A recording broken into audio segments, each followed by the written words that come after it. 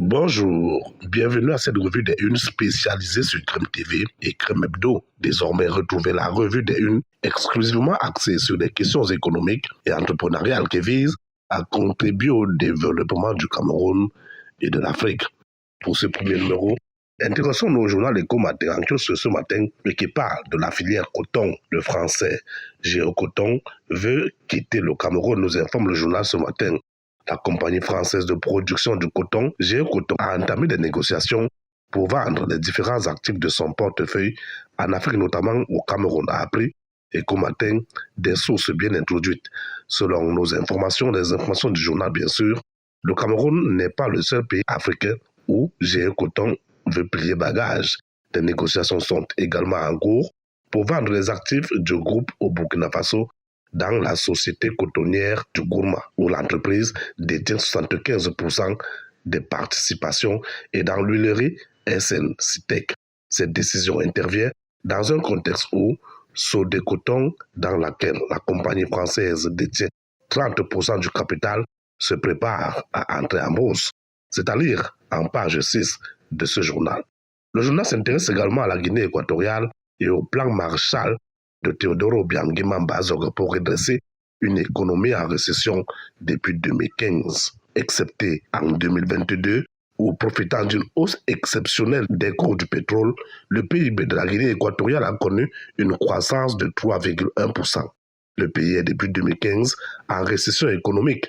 La tendance ne devrait pas changer en 2024 avec une croissance négative de moins 5,5% projetée par le FMI en 2024 après moins 8,8% en 2023. Pour inverser la tendance, le président équateur-guinéen vient de signer un décret qui fixe les grandes lignes de la relance de l'économie du pays. C'est à lire en page 8 du journal Éco-Matin en kiosque ce matin.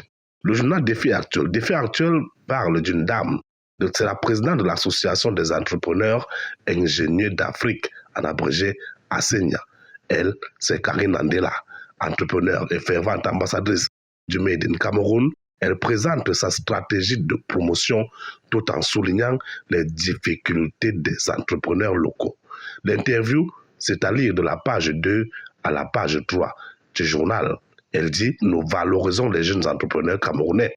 C'est donc à retrouver dans les colonnes du journal Défi Actuel en kiosque ce matin. Le journal Intégration de Thierry Ndongowona s'intéresse aux 30 ans de la CEMAC, 16 mars 1994, 16 mars 2024, la CEMAC a 30 ans.